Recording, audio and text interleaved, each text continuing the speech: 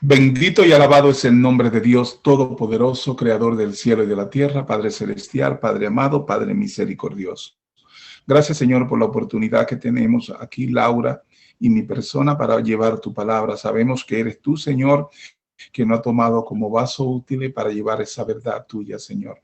Oh Padre Santo, que sea tú lo que salga de nuestra boca, que sea tu palabra, que sea tu mensaje, que sea tu verdad, y que esa verdad, Padre, empiece a lograr esos frutos, Señor, que solamente tú das. Gracias, Padre Santo. Gracias, Señor, porque somos edificados a la vez que estamos edificando a tu pueblo, Padre Santo. Bendice a Laura y a su ministerio, Señor. Bendice a ella y a todas sus entradas y salidas, Padre Santo. Gracias, Señor, por las bondades y bendiciones que nos da cada día, y sabemos, Padre, porque hemos entrado en el reposo que es Cristo Jesús. Gracias, Señor.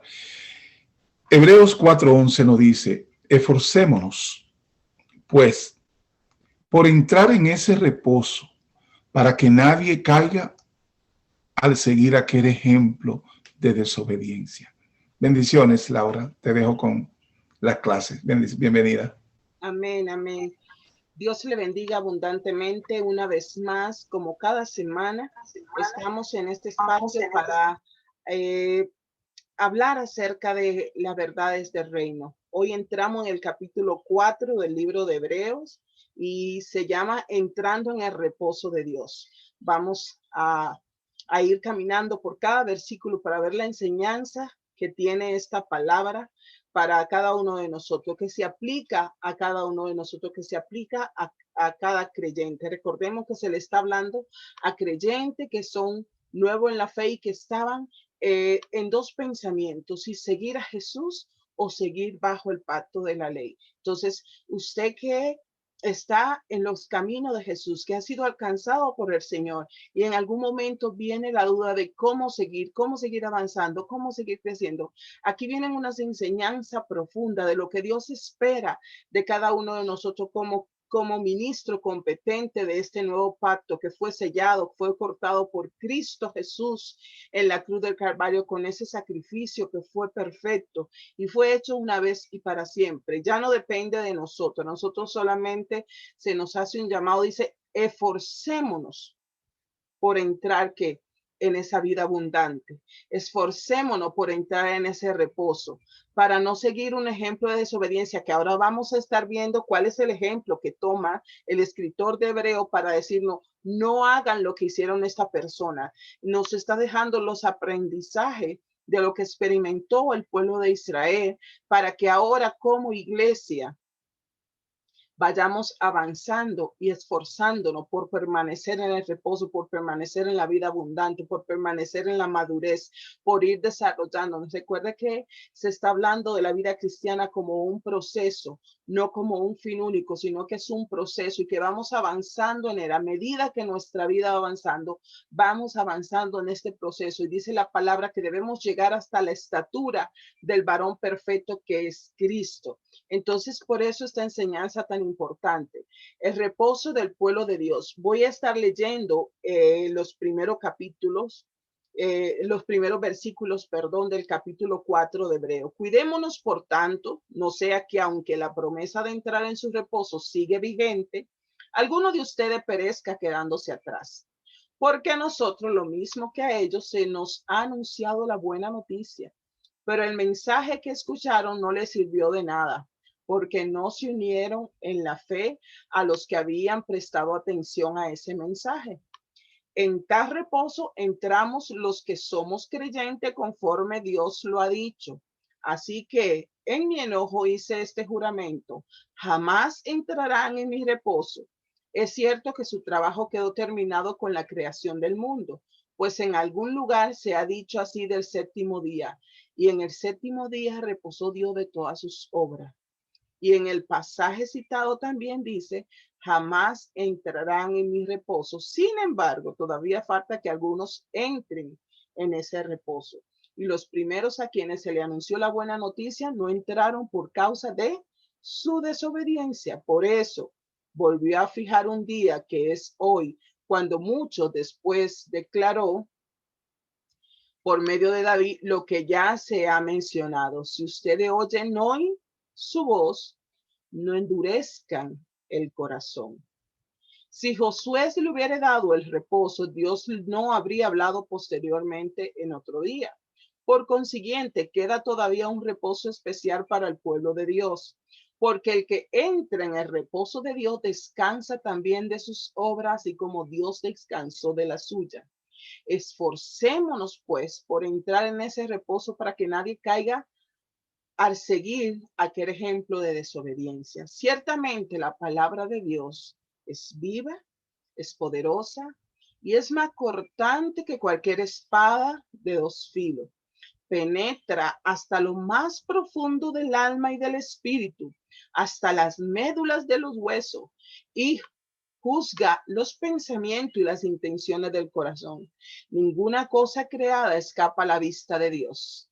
Todo está al descubierto, expuesto a los ojos de aquel en quien hemos de rendir cuenta.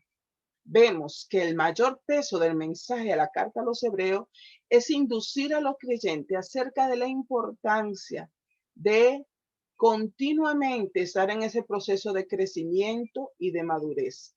No permanecer como si fuésemos niños infantiles, desobedientes, berrinchosos, a diestra y siniestra, olvidándonos del pacto que Él ha hecho con nosotros, que nosotros entramos en ese pacto. Entonces dice, no estén actuando como infantiles, como niños, como desobedientes ante nuestro Señor Jesucristo. Vean la importancia de poder permanecer en ese proceso de crecimiento, de desarrollo, de estar en esa vida abundante. El llamado principal de esta carta lo podemos ver también en Hebreos 5:12, porque debiendo ser ya maestros después de tanto tiempo, tienen necesidades que le vuelva a enseñar cuáles son los primeros rudimentos de la palabra de Dios. Y han llegado a ser tales que tienen necesidad de leche y no de alimento sólido. O sea, ¿cuál es el llamado principal? Es la situación que presenta comúnmente que se presenta comúnmente en medio de las iglesias. La gran cantidad de creyentes que permanecen siendo unos infantiles a perpetuidad, que no maduran, que no crecen, malnutridos, con muy escaso desarrollo, falto de gozo, carente de victoria, sin ningún tipo de galardones y viviendo una vida en total derrota y frustración. Entonces, le está diciendo, ¿por qué si ya pueden estar en una etapa, en un nivel de su vida que pueden ser maestros, pueden estar enseñando a otros? Tienen necesidad de que le vuelvan a enseñar cuáles son las verdades, cuáles son lo que la palabra ha establecido para que lleguemos a ser creyentes maduros. Porque hay que volver nuevamente a tratarlo como bebé, como infantil, y a darles alimento que no sean sólidos, a darle lechita nuevamente cuando ya pueden estar comiendo de manera sólida, ya pueden valerse por sí mismos. O sea, no tienen que andar, que alguien más lo esté alzando, lo esté llevando, lo esté cuidando, en el sentido de que ya pueden ser maduros espiritualmente, pueden de la mano de Dios tomar sus propias decisiones y seguir en ese desarrollo. La carta a los hebreos, ¿de qué se ocupa? De advertirnos que eso no refleja la voluntad de Dios. Pues la voluntad de Dios siempre es que vayamos creciendo. La voluntad de Dios, nuestra purificación, nuestra santificación, que fue dada por el sacrificio de Jesús y que nosotros debemos permanecer en ella y crecer en ella y desarrollarnos en ella.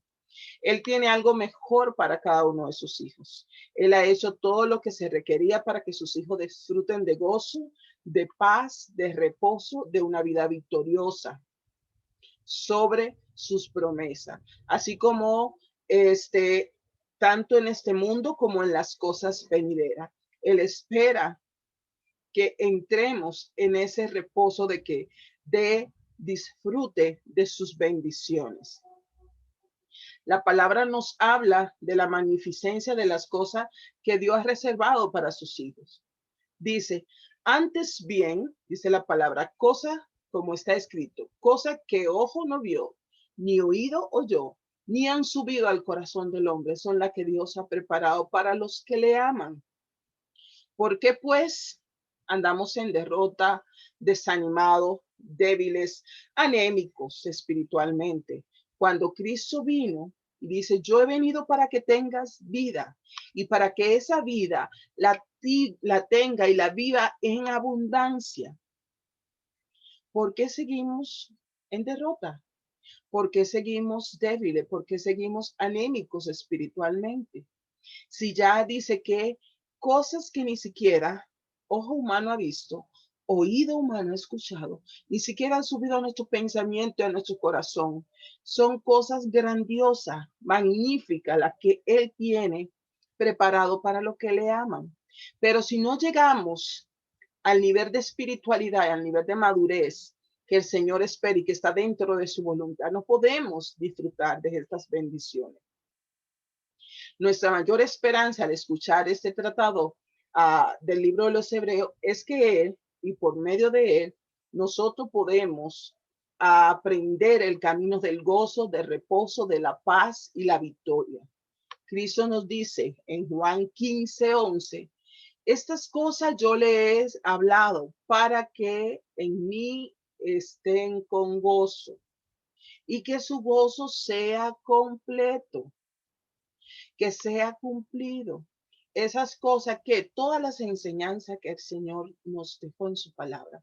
Dice, yo se la he hablado, he dejado la indicación para que mi gozo esté en ustedes, para que el gozo del Señor sea su fortaleza y que ese gozo se vea cumplido. También dice en Juan 16:24, pedid y recibiréis para que vuestro gozo sea cumplido o sea completo.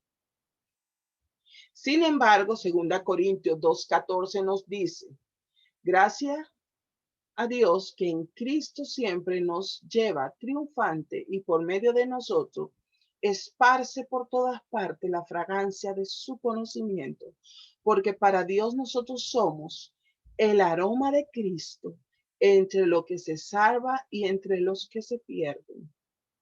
Vemos aquí las verdades que la palabra nos revela acerca de nuestro estado en Dios. Una vida de gozo, una vida de victoria. Dice, sin embargo, por gracia, gracias a lo que Cristo hizo, siempre nos lleva de triunfo en triunfo. Y dice que esparce por todas partes el aroma, la fragancia de su conocimiento. ¿Estamos nosotros realmente esparciendo ese aroma, esa fragancia del conocimiento del reino, del conocimiento de la verdad? Porque para Dios nosotros somos el aroma de Cristo. Para Dios nosotros somos olor fragante de Cristo para Dios. Recordemos que con esa ofrenda nosotros fuimos presentados delante de Dios como esa ofrenda de olor fragante de Cristo que llevó y pagó el precio en la cruz del Calvario para dársela a Dios. Entonces, por esa gracia, por ese favor, Él dice, nos lleva de triunfo en triunfo. Cuando nos concentramos, cuando vivimos por la palabra, podemos entrar en este gozo y este reposo. La palabra clave y más significativa del capítulo 4 es el reposo. Esta palabra está en el centro del debate de esta sesión del libro a los Hebreos, ya que se nombra cerca de 7 veces. Desde Hebreo 3:11 hasta el 4:11 vemos todas las veces que habla de este reposo. Entonces, hay 3 tipos de reposo mencionado en ese apartado que le dije de Hebreo 3:11 a Hebreo 4:11. El reposo pasado es el reposo de la salvación. El reposo presente es el reposo que trae nuestra victoria sobre el pecado. Entonces, ¿de qué vamos a entrar en reposo? De que ya el pasado no tiene cuenta con nosotros. Recordemos que cuando entramos al pacto de salvación, dice que el Señor borró, quitó de en medio todo el pasado. Entonces yo puedo entrar en reposo y en paz y en tranquilidad porque Él, por su gracia, me dio la salvación. El reposo presente es saber que tengo el gozo, la paz, la seguridad de que tengo la victoria sobre el pecado porque Cristo triunfó en la cruz del Calvario y su victoria hoy es mi victoria. Y el reposo futuro que se refiere a aquel que es eterno en el cielo, en el cual habremos de descansar de nuestros afanes, de nuestras pruebas, de nuestras tribulaciones, todo lo que vivimos en la vida cotidiana y como creyente, ya que todo lo que han quedado, todo eso habrá quedado en el pasado cuando estemos morando con el Señor una vez y para siempre. El reposo futuro es ese reposo eterno en el cielo en presencia del Señor. Pero ¿cómo entrar al reposo de Dios? En el capítulo 4 de Hebreo, el versículo 1 y 2 se repite la advertencia. No se pierdan el reposo de Dios. Temamos pues no sea que permaneciendo aún la promesa de entrar en su reposo, algunos de ustedes perezcan, no habiendo alcanzado, porque también a nosotros se nos ha anunciado la buena nueva como a ellos, pero no le aprovechó el oír la palabra por no ir acompañada de fe en los que la oyen. O sea, la idea continúa sin detenerse desde Hebreo 3 sobre el tema de la incredulidad. ¿Qué pasó? Que la incredulidad impidió que la generación que escapó de Egipto entrara a Canaán. No sé si pueden revisar la historia o si recuerdan que Dios permitió que este proceso donde el pueblo estuvo deambulando por el desierto 40 años, hizo que toda esa generación que salió de Egipto, a excepción de algunas personas que sí entraron en esa devoción y en esa fe hacia Dios, lo que Dios le estaba prometiendo y creyendo que Dios era, que lo estaba le estaba conduciendo a cosas mejores, esas personas pudieron entrar, pero dice que la incredulidad de la mayoría de estas generaciones que salió de Egipto no pudo entrar a la tierra de Canaán, permaneciendo aún en la promesa de entrar en su reposo, y nosotros podemos entrar en su reposo por la fe. La incredulidad provocará que no alcancemos el reposo que Dios tiene para nosotros. Y estamos hablando de lo que Dios puede darte en esta vida terrenal, que son sus bendiciones, que es el gozo, que es el descanso, que es la paz. Entonces, literalmente, ellos iban a entrar al reposo de tener una tierra, de tener una nación, de estar trabajando para ellos, no siendo más esclavos. Pero no le creyeron a Dios y fueron muriendo en el desierto. Y todas esas generaciones no vieron este reposo, esta promesa cumplida, porque no creyeron. Entonces, la incredulidad lo que hace es limitar las bendiciones de Dios para nuestras vidas. Porque también nosotros se nos ha anunciado la buena nueva como a ellos, está diciendo el escritor de Hebreo. Nosotros hemos escuchado la promesa de reposo de Dios, tal como lo hicieron los hijos de Israel. Ellos pudieron oír la palabra, pero no le aprovechó, porque no la recibieron con fe.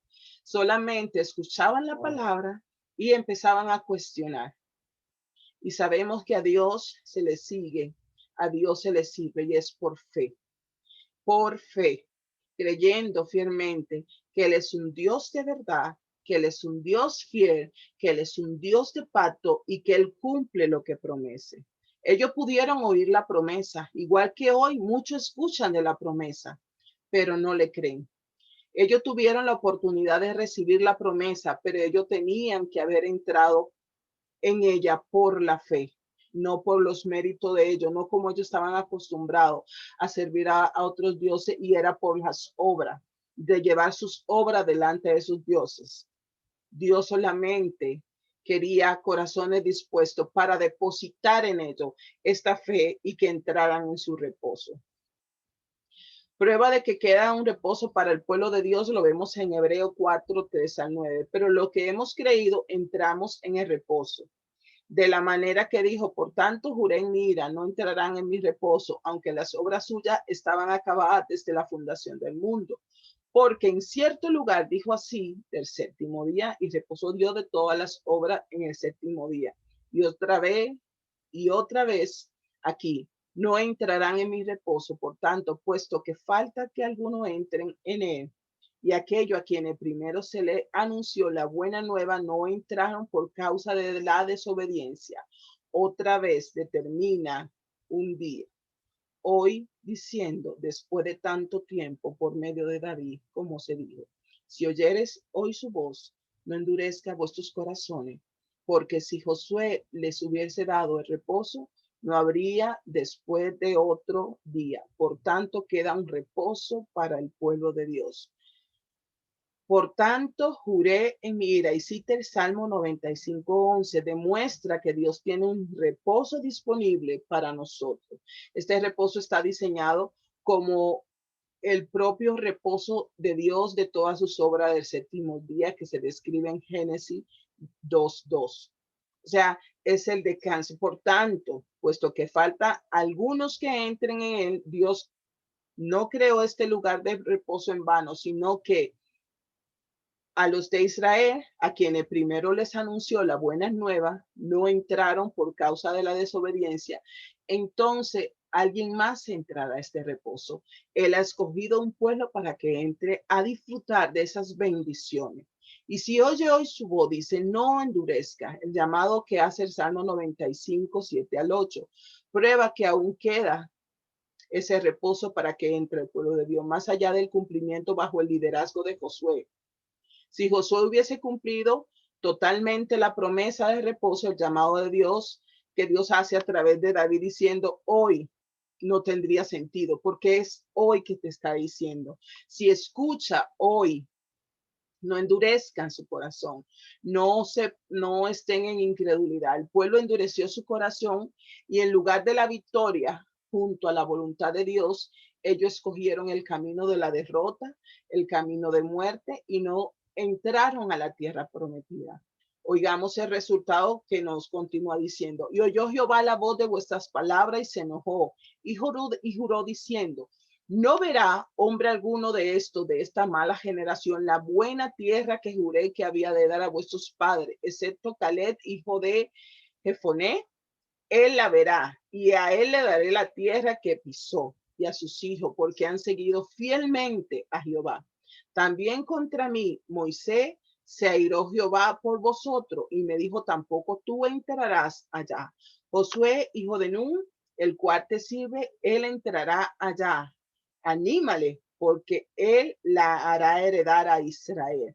Esto lo podemos ver en Deuteronomio 1:34-38. Entonces, el pueblo endureció el corazón. Si leemos todo cómo Dios estuvo tratando con este pueblo durante todo su peregrinaje en el desierto y cómo Dios se les reveló, se mostraba su favor, su misericordia, su cuidado, su protección, y seguían cuestionando y seguían con incredulidad y seguían buscando las cosas y añorando las cosas que hacían o que tenían en Egipto, tratando de volverse al pasado y darle la espalda a lo que Dios le estaba prometiendo, el descanso y el reposo y de ir a poseer y de ir a habitar a una tierra. Entonces, aquí vemos donde Dios establece quiénes iban a disfrutar de este reposo y de esta bendición. Por tanto, dice que era un reposo para el pueblo de Dios. Este es un reposo, ahora está hablando de un reposo espiritual. Está diseñado a semejanza del reposo que fue provisto a través de Josué. La primera bendición de Dios para su pueblo es la salvación. Y la segunda bendición es la promesa de la victoria que viene como resultado de la obediencia. O sea, Dios a su pueblo le otorga por gracia la bendición de la salvación. Pero con esta viene una serie de bendiciones, viene promesa de bendición, viene promesa de victoria como resultado de la obediencia, como resultado del fiel servicio a Dios. Entonces, por eso se le está hablando a este pueblo. Recordemos que la cuestión con esta iglesia donde estaban los hebreos era que ellos estaban tratando de hacer una mezcla entre lo que ellos consideraban que era lo que tenían que hacer para agradar a Dios, de acuerdo a la ley, para ganarse un lugar, para ganarse el favor de Dios. Y aquí que viene esta enseñanza a decirle, ahora se ha hecho un mejor pacto. Ahora tiene la salvación y no tiene que hacer absolutamente nada para alcanzarla. Y además de ello, te da la bendición de vivir una vida prosperada, de vivir una vida en victoria. Solo tiene que ser obediente, solo tiene que sujetarte a ese proceso de crecimiento. La primera bendición la comparten todos los creyentes que han recibido la vida de parte de Dios. Pero la segunda bendición está reservada para aquellos que entran en ese proceso de obediencia y fidelidad hacia Dios. Porque ¿qué pasa con la desobediencia? Siempre te va a acarrear consecuencias negativas. ¿Qué pasa con la infidelidad? Te va a causar experiencia negativa. Dios te ha sellado, te ha marcado, te ha traído para salvación. Pero ya el proceso de crecimiento y de disfrutar esa vida abundante depende de nuestra rendición en obediencia delante de Dios, de nuestra fidelidad a Dios. Vemos que nos dice 1 Corintios 10. Porque no quiero, hermanos, que ignoren de vuestros padres. Todos se subieron bajo la nube y todos pasaron el mar. Y todos en Moisés fueron bautizados en la nube y en el mar. Y todos comieron el mismo alimento espiritual. Y todos bebieron la misma bebida espiritual, porque bebían de la roca espiritual que los seguía. Y la roca era Cristo. Pero de lo más de ellos no se agradó Dios, por lo cual quedaron postrados en el desierto.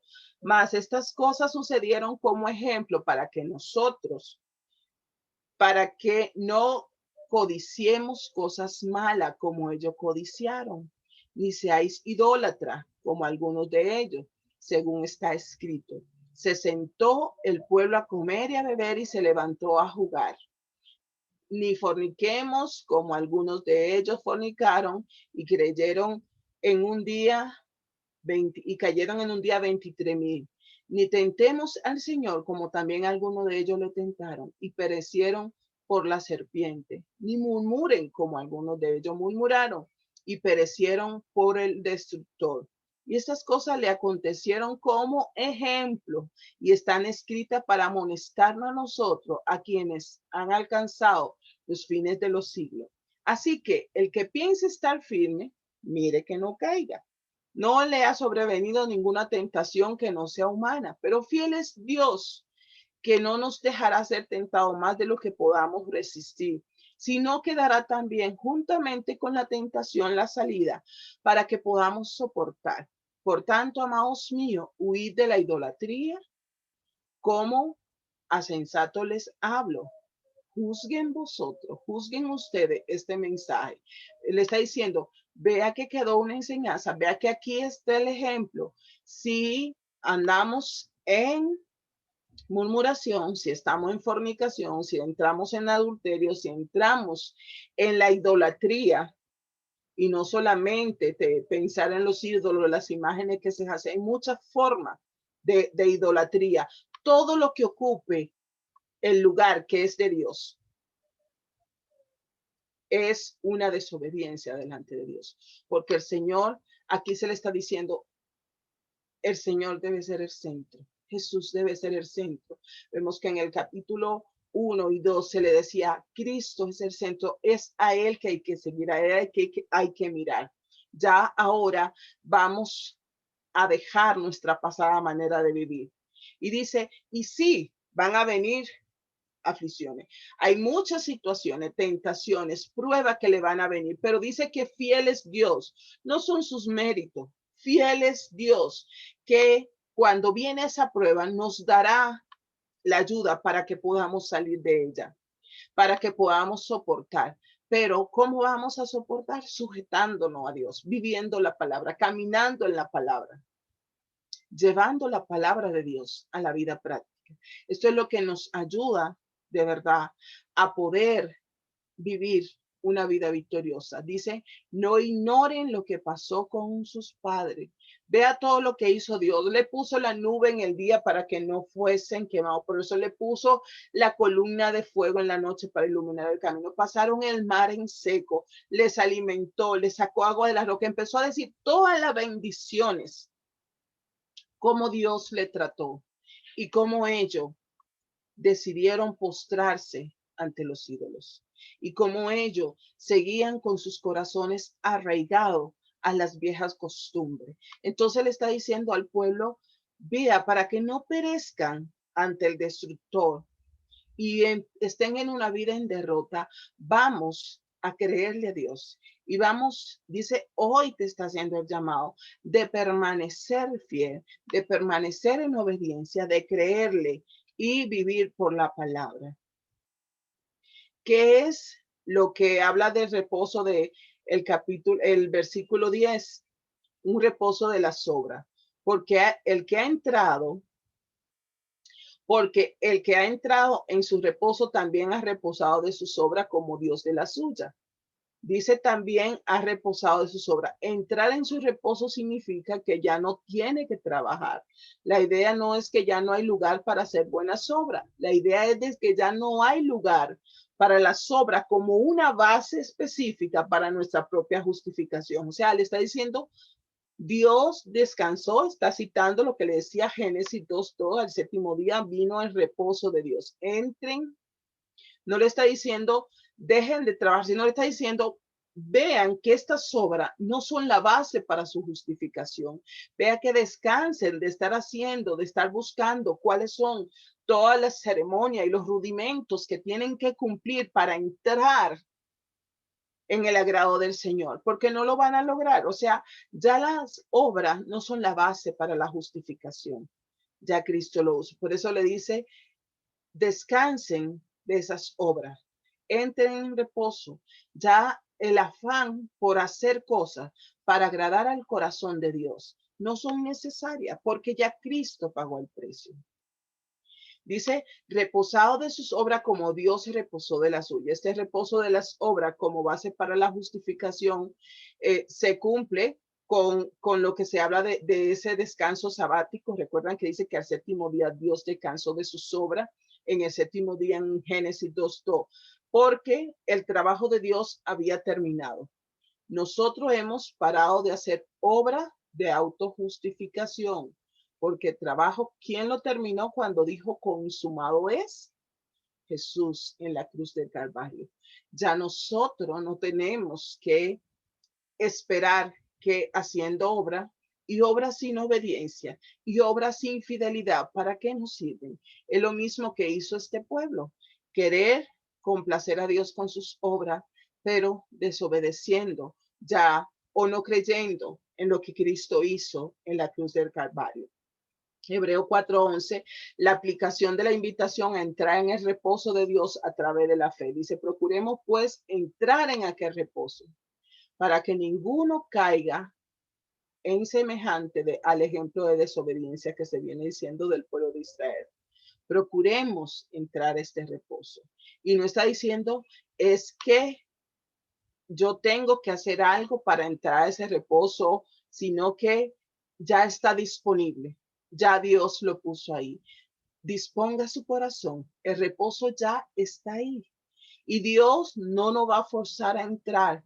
Él no nos va a forzar a vivir una vida en abundancia, a vivir una vida de gozo, a vivir una vida de victoria. Él no nos fuerza a entrar. Ya el reposo está ahí. Nosotros tenemos que entrar. Está claro que se entra al reposo por fe, pero se necesita poder alcanzar ese nivel de fe. ¿Y cómo viene ese nivel de fe? Cuando nos relacionamos con Dios, cuando escudriñamos su palabra, cuando conocemos de cerca.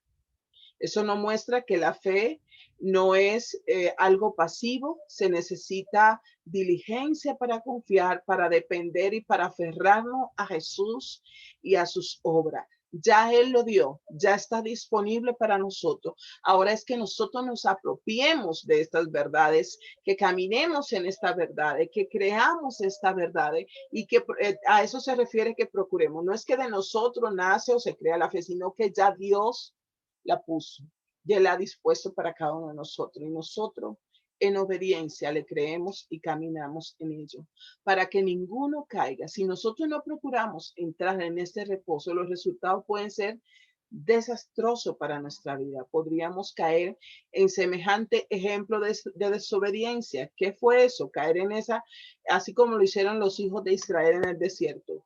No pudieron aprovechar la bendición de la tierra prometida en el sentido de todas las cosas materiales, bendiciones que Dios pudo haberle dado de su tierra, de estar con su familia, de estar en gozo y dejarse guiar y estar protegido por Dios. En Hebreos 12:13, descubierto por la palabra de Dios. Entonces, como si diera un giro la enseñanza que está trayendo, donde le está diciendo, vuelva nuevamente a ese crecimiento, a ese desarrollo en la palabra. ¿Por qué? Porque la palabra es viva, es eficaz y es más cortante que toda espada de dos filos. Y dice, ¿hasta dónde puede llegar la palabra? Hasta los tuéstanos y disciernen los pensamientos, las intenciones del corazón, y no hay cosa creada que no sea manifiesta por su presencia. Ante bien, todas las cosas son desnudas y abiertos los ojos de aquel a quien tenemos que dar cuenta. Porque la palabra de Dios, o sea, ha diagnosticado, esta diagnostica cuando tenemos una enfermedad, cuando estamos mal. Por eso es importante ir a la palabra, porque la palabra de Dios es viva. Esta puede, así como un cirujano, con precisión ir donde está el mal. Ha visto nuestros corazones y ha discernido que estamos desanimados, propensos a seguir en el fracaso de los hijos de Israel y a renunciar a nuestra fe. Le está diciendo, vea que la palabra que viva y eficaz está diciendo, está diagnosticando que andan con desánimo, que andan como niños fluctuantes entre dos pensamientos, que están propensos a ir al fracaso, así como pasó este pueblo. Entonces le está anunciando, vean a ver, abran bien los ojos que la palabra aquí está estableciendo, que lo que ustedes están haciendo, que su conducta no están de acuerdo a lo que la palabra ha establecido para un hijo de Dios.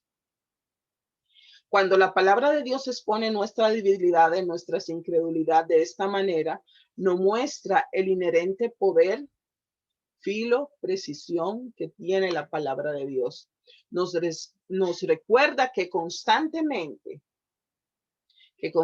nos recuerda constantemente que conforme nosotros nos sometemos a la palabra de Dios, lo hacemos mucho más allá del conocimiento intelectual, del aprendizaje de los hechos. No es solamente que memoricé, que entendí, que puse mi intelecto a trabajar.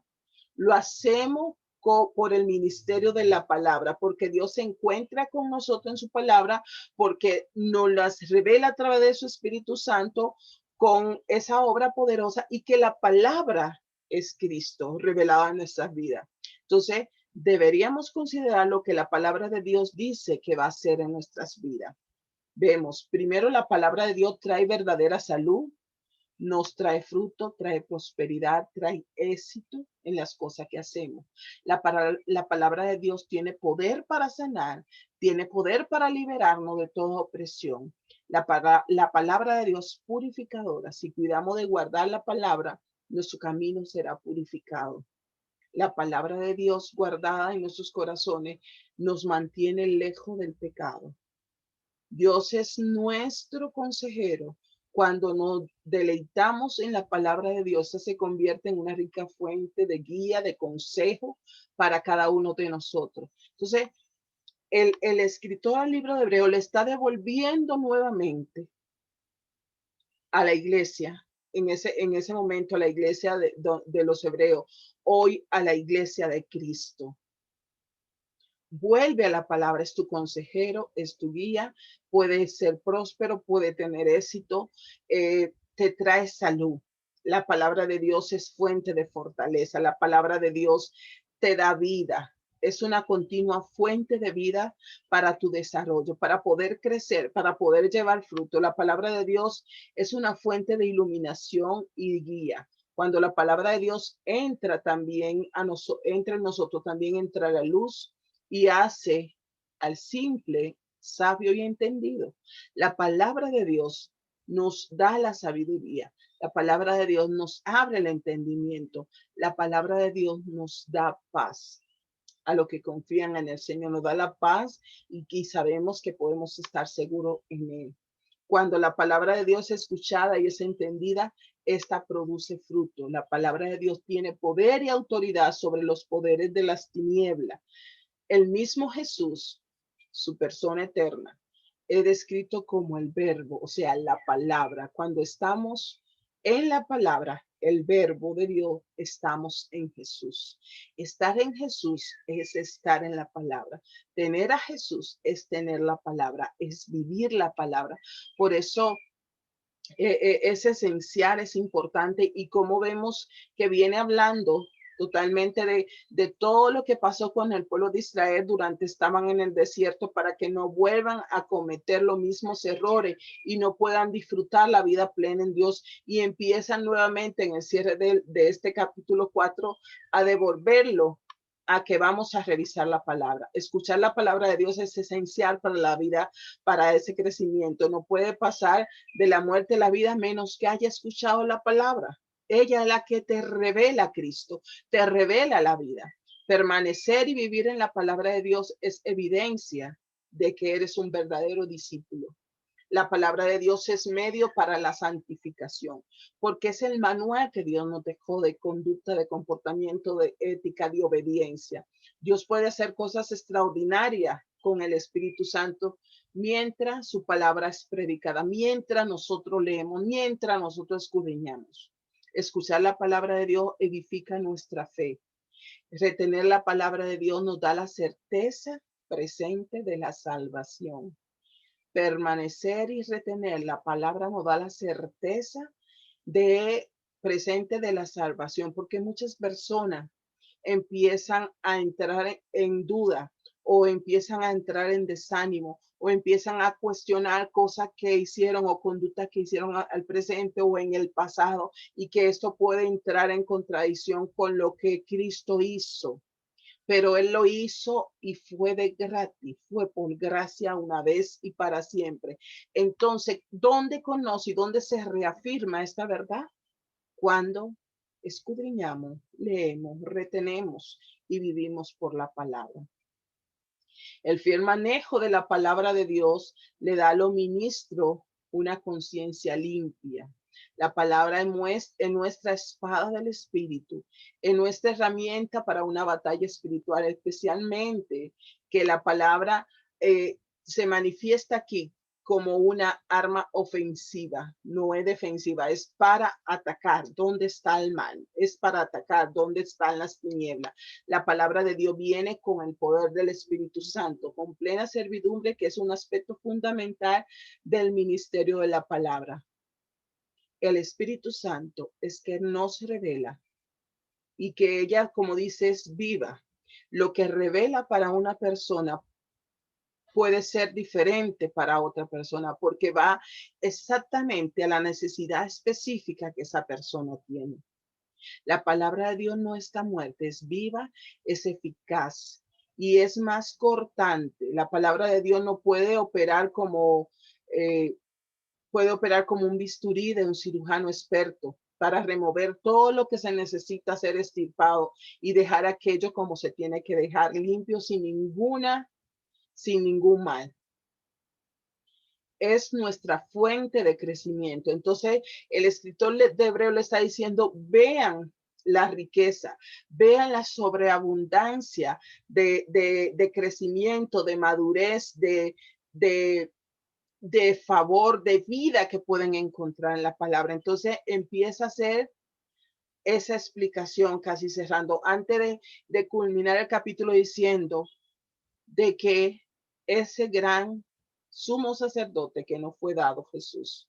Entonces, pareciera que está hablando diferente tema, pero aquí quiere hacer un enlace de entrar en esa obediencia. Y vuelvo y retomo que en cada uno de los capítulos le está diciendo a los hebreos, vean el ministerio, vean la magnificencia, vean el poder, vean a Jesús, que es el Hijo de Dios. Nos está hablando ahora a través del Hijo. Dice el versículo 14, por tanto, ya que en Jesús, el Hijo de Dios, tenemos un gran sumo sacerdote que ha atravesado los cielos, aferrémonos a la fe que profesamos, porque no tenemos un sumo sacerdote incapaz de compadecerse de nuestras debilidades, sino uno que ha sido tentado en todo, de la misma manera que nosotros, aunque sin pecado. Así que acerquémonos confiadamente al trono de la gracia para recibir misericordia y hallar la gracia que nos ayude en el momento en que más necesitamos. La idea de que Jesús es nuestro sumo sacerdote ha sido mencionada antes en Hebreos 2:17 y también en Hebreos 3:1, pero ahora el escritor lo desarrolla más ampliamente. Dice, teniendo, el escritor de Hebreo quiere llamar su atención al carácter específico y único de Jesús como nuestro sumo sacerdote. Ningún otro sumo sacerdote fue llamado gran. Ningún otro sacerdote traspasó los cielos. Ningún otro sacerdote es el Hijo de Dios. Entonces dice, teniendo nosotros ahora un gran sumo sacerdote que atravesó el Hijo de Dios, que es un gran sumo sacerdote y que atravesó los cielos. Entonces empieza a ampliar las características de ese sacerdote. Retengamos, por favor, nuestra profesión.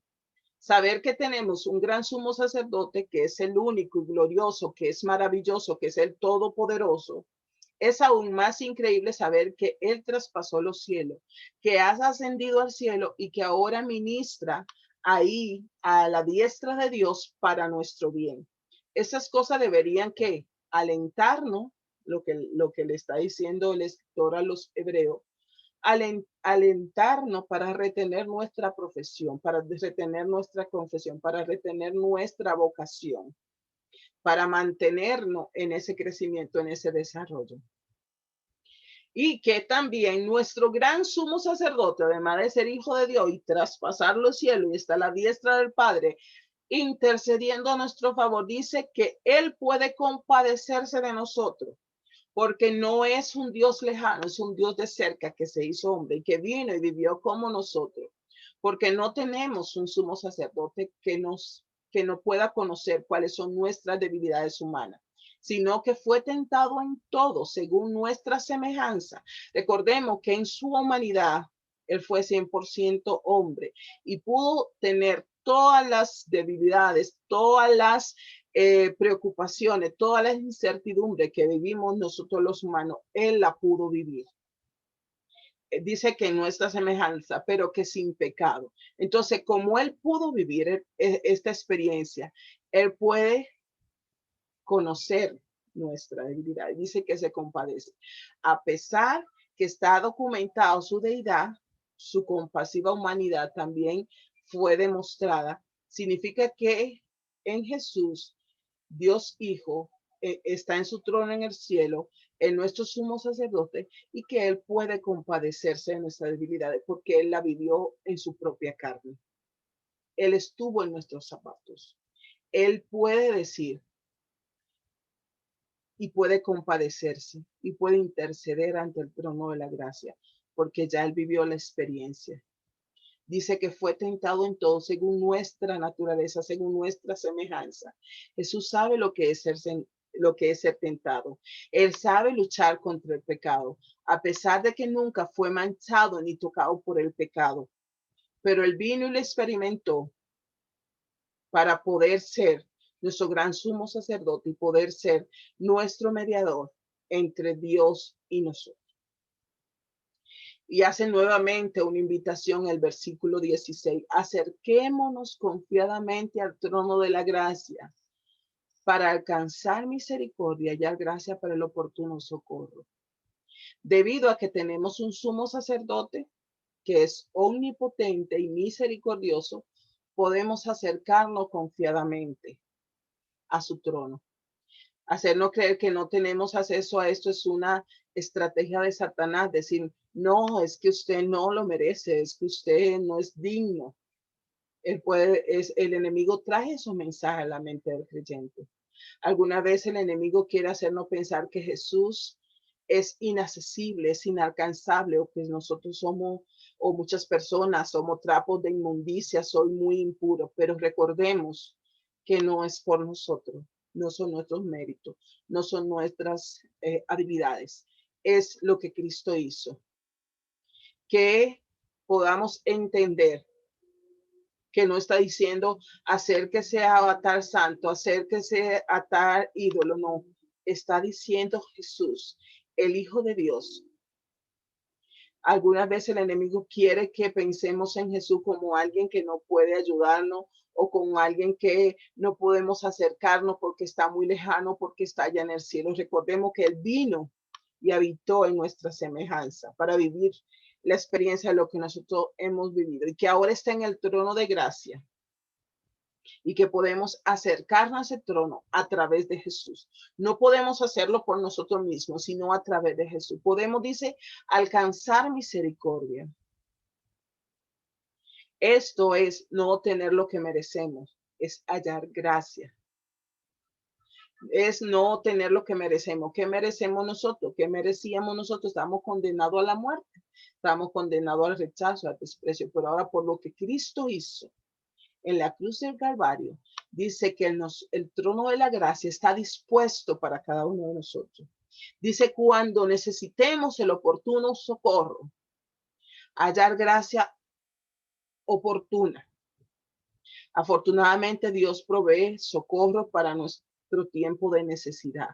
No hay petición demasiado pequeña o petición demasiado grande, porque Él quiere que por nada estemos afanosos, sino que sean conocidas nuestras peticiones. Lo dice Filipenses 4:6. No se inquieten por nada, más bien en toda ocasión, con oración y ruego, presenten sus peticiones a Dios y denle gracias. Si no fuera tan accesible el trono de la gracia, esto no estuviera aquí haciéndonos la invitación. Nos hace esa invitación, acerquémonos. No estén afanados, no estén inquietados, no estén pensando es que no lo merezco, porque sí, no lo merecemos, pero Cristo lo hizo por usted y lo hizo por mí. No lo merecemos, pero el trono de la gracia fue abierto por el sacrificio hecho en la cruz del Calvario, y es lo que le está enseñando el escritor de los Hebreos a esta iglesia de Hebreos, y hoy nos enseña a nosotros. Hay un Jesús, el Hijo de Dios, el cual atravesó los cielos y se sentó a la diestra del Padre. En Él debemos poner nuestra mirada, confiar y creer en este sacrificio, y que Él hace posible que nosotros obtengamos la victoria sobre el pecado y obtengamos una vida abundante. Dios le bendiga abundantemente. Continuamos la próxima semana con el capítulo 5 del libro de Hebreos y nuestro pastor Huáscar concluye esta sesión. Bendiciones, amada pastora Laura. Dios es bueno y sabemos que estamos en el reposo y no más que ese vínculo que nos dio Él para que permaneciésemos en ese reposo que es su palabra. A más conocer la palabra, más reposo tenemos como creyente.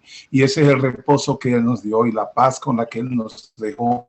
Y Él dijo que nosotros, Él le dijo al Padre, Padre, santifícalo en mi palabra. Mientras más conocimiento tenemos de su palabra, pues mucho más estamos cercanos a ese trono de la gracia al cual podemos venir con a rostro descubierto, sin ningún velo, sin ninguna atadura, sino presentarnos como Él nos preparó para que nos presentáramos. Nosotros no nos preparamos nosotros mismos para podernos presentar al trono de la gracia, sino que Cristo hizo el óptimo sacrificio por cada uno de nosotros para poder nosotros estar en la capacidad de presentarnos ante ese trono de la gracia. Y si Él dice que yo estoy capacitado para presentarme ante el trono de la gracia y encontrar oportuno socorro y oportuna misericordia y gracia, entonces yo le creo a Cristo, quiere que me lo dice a través de su palabra, que me acerque al trono de la gracia para encontrar oportuno socorro. Bendiciones, amados hermanos. Sabemos que estamos aquí porque el Señor nos ha establecido como ministro competente del nuevo pacto y sabemos que es el Señor usándonos como vaso